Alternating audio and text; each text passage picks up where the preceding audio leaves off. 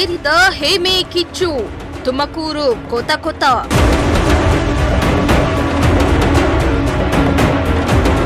ಹೋರಾಟಗಾರರ ಮೇಲಿನ ಎಫ್ಐಆರ್ ವಾಪಸ್ಗೆ ಆಗ್ರಹ.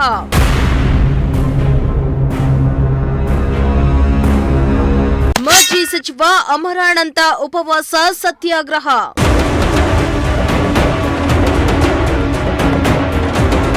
ಸೊಗಡು ಶಿವಣ್ಣರ ಸತ್ಯಾಗ್ರಹಕ್ಕೆ ಪೊಲೀಸ್ ಜಿಲ್ಲಾಡಳಿತದಿಂದ ಅಡ್ಡಿ.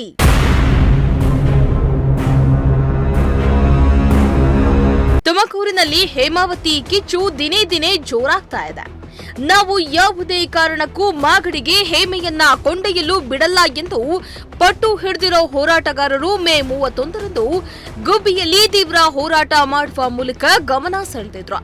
ನಿಷೇಧಾಜ್ಞೆ ನಡುವೆಯೂ ಹೋರಾಟದ ಕಹಳೆ ಮೊಳಗಿಸಿದ್ದ ಹೋರಾಟಗಾರರ ಮೇಲೆ ಪೊಲೀಸರು ಎಫ್ಐಆರ್ ಅಸ್ತ್ರ ಪ್ರಯೋಗಿಸಿದ್ದಲ್ಲದೆ ನಿನ್ನೆ ಕೆಲ ಹೋರಾಟಗಾರರನ್ನ ಬಂಧನ ಕೂಡ ಮಾಡಲಾಗಿತ್ತು. ಹೇಮಾವತಿ ಹೋರಾಟಗಾರರ ಮುಂಚೂಣಿಯಲ್ಲಿ ಸೊಗಡು ಶಿವಣ್ಣ ದೆಹಲಿಯಲ್ಲಿದ್ದರಿಂದ ಮೊನ್ನೆ ನಡೆದ ಹೋರಾಟದಲ್ಲಿ ಭಾಗಿಯಾಗಿರಲಿಲ್ಲ. ಆದರೆ ಹೋರಾಟದ ಭಾಗವಾಗಿದ್ದ ಸೊಗಡು ಶಿವಣ್ಣ ಸ್ವಾಮೀಜಿಗಳ ವಿರುದ್ಧ ದಾಖಲಾದ ಎಫ್ಐಆರ್ ವಾಪಸ್ಗೆ ಹಾಗೂ ಹೇಮಾವತಿ ಕೆನಾಲ್ ಕಾಮಗಾರಿಗೆ ವಿರೋಧಿಸಿ ಉಪವಾಸ ಸತ್ಯಾಗ್ರಹಕ್ಕೆ ಮುಂದಾದ್ರು. ಇಂದು ಏಕಾಏಕಿ ಡಿಸಿ ಕಚೇರಿಗೆ ಚಾಪೆ ದಿಂಬು ಬೆಡ್ಶೀಟ್ ಸಮೇತ ಬಂದು ಉಪವಾಸ ಸತ್ಯಾಗ್ರಹ ಕೈಗೊಂಡ್ರ.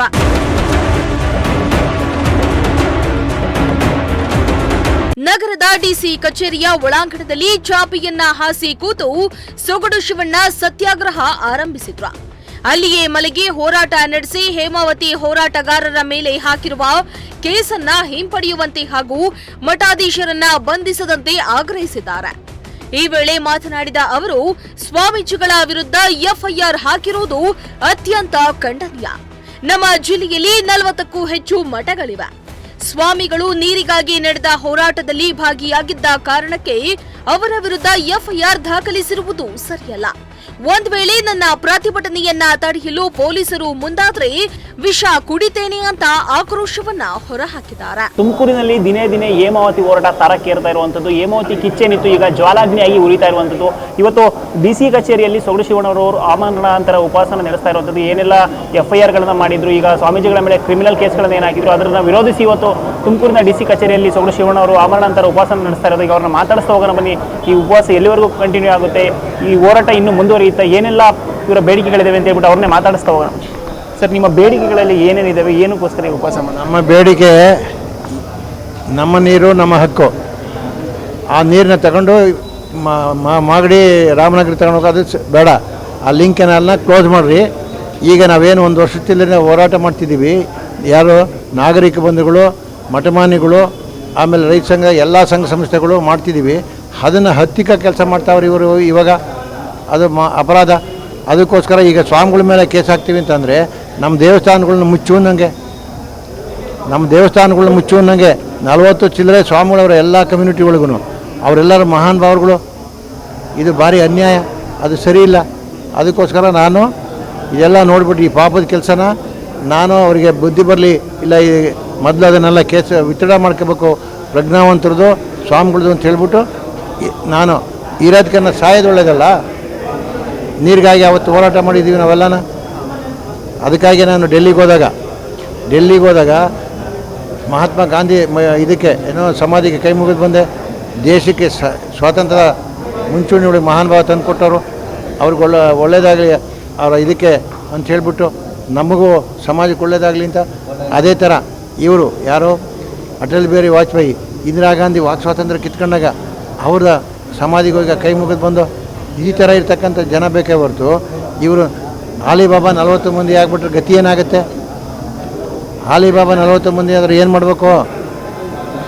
ಪೊಲೀಸರೆಲ್ಲ ಒಂದು ಕಡೆ ಈ ಮಠಾಧೀಶರುಗಳು ಹೋರಾಟಗಾರನ ಹತ್ತಿಕ್ಕುವಂಥ ಕೆಲಸ ಮಾಡ್ತಾ ಇದ್ದಾರೆ, ಕುಗ್ಸೋ ಕೆಲಸ ಮಾಡ್ತಾ ಇದ್ದಾರೆ ಅಂತ. ಹೌದು, ಎದುರಿಸೋಕ್ಕೆ ಅವ್ರಿಗೆಲ್ಲರಿಗೂ ಎದುರಿಸ್ಬಿಟ್ಟು ಮಾಡಿದರೆ ಇದು ಹೋರಾಟ ಮಾಡೋಕ್ಕಾಗಲ್ಲ ಅಂತ. ಮಠಾಧೀಶರು 40 ಚಿಲ್ಲರೆ ಮಠಗಳು ಅವರೆಲ್ಲರೂ ತಯಾರವ್ರೆ. ಅವರು ಜೈಲಿಗೆ ಹಾಕಲಿ, ಅವರೂ ಹೆಚ್ಚು ಕಮ್ಮಿ ಆದರೆ ಸಮಾಜಕ್ಕೆ ನಾವು ಹೋಗ್ತೀವಿ ಅಂತ ಹೇಳ್ತಾರೆ. ಅದೇ ಥರ ಸಂಘ ಸಂಸ್ಥೆಗಳು, ಎಲ್ಲ ಸಂಘ ಸಂಸ್ಥೆಗಳು, ರೈತ ಸಂಘದರಿಂದ ಹಿಡಿದು ಎಲ್ಲ ಕೆಲವು ರಾಜಕಾರಣಿಗಳೆಲ್ಲರೂ ನಾವು ನಮ್ಮ ಜಿಲ್ಲೆ ಒಳಗೆ 30 ಲಕ್ಷ ಜನ ಇರೋದು. ಅವರಿಗೆ ನಾವೇನು ನೀರು ಕೊಡಬೇಕಲ್ಲ? ಬೇಕಾಗಿರೋದು ನೀರು ಗಾಳಿ ಮೇಜರು ಅಲ್ವನಪ್ಪ. ಸರ್, ಈಗ ಇಬ್ಬರು ಸಚಿವರುಗಳಿದ್ದಾರೆ ನಮ್ಮ ಜಿಲ್ಲೆ. ಗೃಹ ಸಚಿವರು ನೋಡಿದ್ರೆ ನಮ್ಮ ಜಿಲ್ಲೆಯವರನ್ನೇ, ಆದರೆ ಅವರಿಗೆಲ್ಲ ಈ ಹೇಮಾವತಿ ಹೋರಾಟದ ಬಗ್ಗೆ ಯಾವುದೇ ಕಿಂಚಿತ್ತು ಕೊರತೆ ಯೋಚನೆ ಇಲ್ವಾ ಅಂತ. ನೋಡಿ, ಒಂದು ಉದಾಹರಣೆ ಹೇಳ್ತೀನಿ. ಹೋದ ವರ್ಷ ಅವರಿಬ್ಬರೂ ನಾನಲ್ಲಿ ಬಾಗೂರಿನಲ್ಲೇ ಹೋಗಿ ಅಲ್ಲಿ ಇದು ಮಾಡ್ತಿದ್ಬೇಕಾರೆ ಇದೇ ರಾಜಣ್ಣ ನೀರು ಬಿಡ್ತೀನಪ್ಪ ಅಂತೇಳಿ ನೀರು ಬಿಟ್ಟ. ಅದೇ ಥರ ಇವರು ಅದಕ್ಕೆಲ್ಲ ಏನೇನು ಬೇಕಾದೆಲ್ಲ ಸವಲತ್ತು ಕೊಡ್ತೀವಿ ಅಂತ ಸವಲತ್ತು ಕೊಟ್ಟರು. ಹಾಗೆ ಇವರು ಸಮಯ ಸಾಧಕ ಥರ ಮಾತಾಡೋದು ಸರಿ ಇಲ್ಲ. ಈಗ ಸಮಯ ಸಾಧಕರು ಮಾತಾಡ್ದಾಗ ಮಾತಾಡಬಾರ್ದು. ಹಿಂದೆ ಯಾಕೆ ಹಂಗೆ ಮಾತಾಡ್ರು, ಇವಾಗ ಹಿಂಗೆ ಯಾಕೆ ಮಾತಾಡ್ತಾರೆ? ಈಗ ನಾವು ಸ್ವಾಮೀಜಿಗಳ ಮೇಲೆ ಯಾವುದೇ ಕೇಸ್ ಹಾಕಿಲ್ಲ, FIR ಹಾಕಿಲ್ಲ ಅಂತ ಹೇಳ್ತಾರೆ. ನಿಮಗೆ ಗೊತ್ತಿದೆಯಲ್ಲಪ್ಪ, ಆ ಕೇಸ್ ನಂಬರ್ಗಳೆಲ್ಲ ಕೊಟ್ಟವರೆಲ್ಲ ಎಲ್ಲನ ತಿರ್ಗಿ ಹಾಕಿಲ್ಲ ಅಂತಂದ್ರೆ ಅರ್ಥ ಎಂತಂದು ಮರೆಯ ಅಸಹ್ಯ ಆಗಲ್ಲ ಮಾತಾಡೋಕ್ಕೆ. ಜನಗಳನ್ನ ಉಳಿಸ್ಕೊಳ್ಳೋದಕ್ಕೆ ಬರೀ ವೋಟ್ ಬ್ಯಾಂಕ್ಗಳಾಗಿ ಪರಿವರ್ತನೆ ಮಾಡೋದಕ್ಕೆ ಆಶ್ವಾಸನೆ ಕೊಡ್ತಾರ ಅಂತ, ಜನಗಳ ಕಷ್ಟನ ಆಲ್ಸಕ್ಕೆ ರೆಡಿ ಇಲ್ವಾ ಅಂತ ಯಾರು? ಈಗ ನಮ್ಮಿರ್ತಕ್ಕಂಥ ನಮ್ಮ ಜಿಲ್ಲೆಯೊಳಗಿರ್ತಕ್ಕಂಥ ಎಲ್ಲ ಮಹಾನ್ಭಾವರು 30 ಲಕ್ಷ ಜನಕ್ಕೂ ಅರ್ಥ ಆಗಿದೆ ರಾಜಕಾರಣಿಗಳಿಗೆ ಬೆಲೆ ಕೊಡಬೇಕಾ ಕೊಡಬೇಡವಾ ಅಂತ ಹೇಳಿ. ಯಾಕೆಂದರೆ ನಾನು ನಿಮಗೆ ಆಗಲೇ ಹೇಳಿದೆ, ಆಲಿಬಾಬಾ 40 ಮಂದಿ ಅಂತ, ಅದನ್ನು ಇರ್ಬೇಕು. ಇಷ್ಟೊತ್ತಿಗೆ ಹೆಚ್ಚು ಕಮ್ಮಿ ಆಗಿದರೆ ಕ್ರಾಂತಿ ಆಗಬೇಕಾಗಿತ್ತು ಇಷ್ಟೊತ್ತಿಗೆ. ಇದು ಯಾವತ್ತು ಕ್ರಾಂತಿ ಆಗುತ್ತೆ ಗೊತ್ತಿಲ್ಲ. ಇನ್ನು ಜನ ಎದ್ಬಿಟ್ರೆ ಏನು ಮಾಡೋಕ್ಕಾಗಲ್ಲ. ಇವಾಗ ನೋಡಿ, ಸುಮ್ಕೆ ಪೊಲೀಸರನ್ನ ತಗೊಳ್ತಾರೆ, ಅವ್ರಿಗೆ ಕಾನೂನು ಕೈ ಕೊಟ್ಬಿಟ್ಟು ಅವರು ಮಿಸ್ಯೂಸ್ ಮಾಡಿಸ್ತಾರೆ. ಎಲ್ಲ ಅಧಿಕಾರಿಗಳನ್ನ ಅದೇ ಥರ ಮಾಡ್ತಾರೆ ಪಾಪಿಗಳು. ಸರ್, ಈಗ ನಿಮ್ಮ ಆವರಣಾಂತರ ಉಪವಾಸ ಸತ್ಯಾಗ್ರಹ ಎಲ್ಲಿವರೆಗೂ ಮುಂದುವರಿಯುತ್ತೆ? ಅಲ್ಲಪ್ಪ, ನನ್ನ ಕೆಲಸ ನಾವೇನು ಹೋರಾಟ ಮಾಡ್ತಿದ್ದೀವಿ ಎಲ್ಲರೂ ಅದು ಸಕ್ಸಸ್ ಆಗಬೇಕು. ಅಲ್ಲಿವರೆಗೂ ಹೋರಾಟ ಮಾಡ್ತೀನಿ ನಾನು. ಹೌದು, ಸ್ವಾಮಿಗಳದ್ದು ಕೇಸ್ ವಾಪಸ್ ತಗೋಬೇಕು, ಅಮಾಯಕರ ಕೇಸ್ ವಾಪಸ್ ತಗೋಬೇಕು, ಆ ಲಿಂಕೇನಲ್ಲಿ ನಿಲ್ಲಿಸ್ಬೇಕು ಕೆಲಸನ. ಇನ್ನು ಸೊಗಡು ಶಿವಣ್ಣ ಉಪವಾಸ ಸತ್ಯಾಗ್ರಹ ಕೈಗೊಂಡಿದ್ದ ಸ್ಥಳಕ್ಕೆ ಬಂದ ಪೊಲೀಸರು ಸತ್ಯಾಗ್ರಹಕ್ಕೆ ಅಡ್ಡಿಪಡಿಸಿದ್ರು. ವೈದ್ಯರು ಆಗಮಿಸಿ ಸೊಗಡು ಶಿವಣ್ಣರ ಆರೋಗ್ಯ ತಪಾಸಣೆ ನಡೆಸಿದ್ರು. ಇದೇ ವೇಳೆ ಅಡಿಷನಲ್ SP ಪುರುಷೋತ್ತಮ್ ಹಾಗೂ ಪೊಲೀಸರು ಆರೋಗ್ಯ ನೆಪವೊಡ್ಡಿ ಬಲವಂತವಾಗಿ ಸೊಗಡು ಶಿವಣ್ಣರನ್ನ ಜಿಲ್ಲಾಸ್ಪತ್ರೆಗೆ ಕರೆತಂದು ತಪಾಸಣೆಯನ್ನ ನಡೆಸಿದ್ದಾರೆ. ಸತ್ಯಾಗ್ರಹ ಕೈ ಬಿಡುವಂತೆ ಮನವೊಲಿಕೆಯನ್ನ ಕೂಡ ಮಾಡಿದ್ರು. ಪಟ್ಟು ಬಿಡದ ಸೊಗಡು ಶಿವಣ್ಣರನ್ನ ಎತ್ಕೊಂಡೇ ಬಂದ ಪೊಲೀಸರು ಮನೆ ಒಳಗೆ ಬಿಡಲು ಯತ್ನಿಸಿದ್ರು. ಆದ್ರೆ ನಾನು ಪ್ರಾಣ ಬಿಟ್ಟೆನು, ಹೋರಾಟ ಬಿಡಲ್ಲ ಎಂದು ಮನೆ ಬಾಗಿಲ ಮುಂದೆಯೇ ಕೂತು ಪ್ರತಿಭಟನೆಗೆ ಮುಂದಾದ್ರು. ಈ ವೇಳೆ ಪೊಲೀಸರು ಅದೆಷ್ಟು ಮನವೊಲಿಕೆಗೆ ಪ್ರಯತ್ನ ಮಾಡಿದ್ರು ಬಗ್ಗದ ಸೊಗಡು ಶಿವಣ್ಣ ನಾನು ಒಂದು ಹನಿ ನೀರು ಕೂಡ ಮುಟ್ಟಲ್ಲ ಎಂದು ಹಠ ಹಿಡಿದು ಕೂತಿದ್ರು.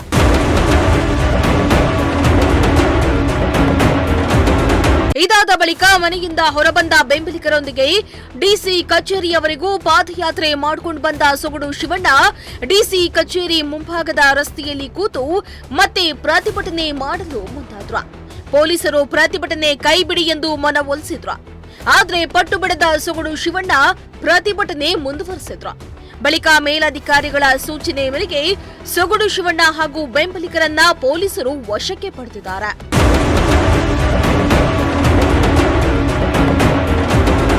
ಜಿಲ್ಲೆಯಲ್ಲಿ ದಿನದಿಂದ ದಿನಕ್ಕೆ ಹೇಮಾವತಿ ಹೋರಾಟ ತೀವ್ರ ಸ್ವರೂಪವನ್ನ ಪಡೆದುಕೊಳ್ತಾ ಇದೆ.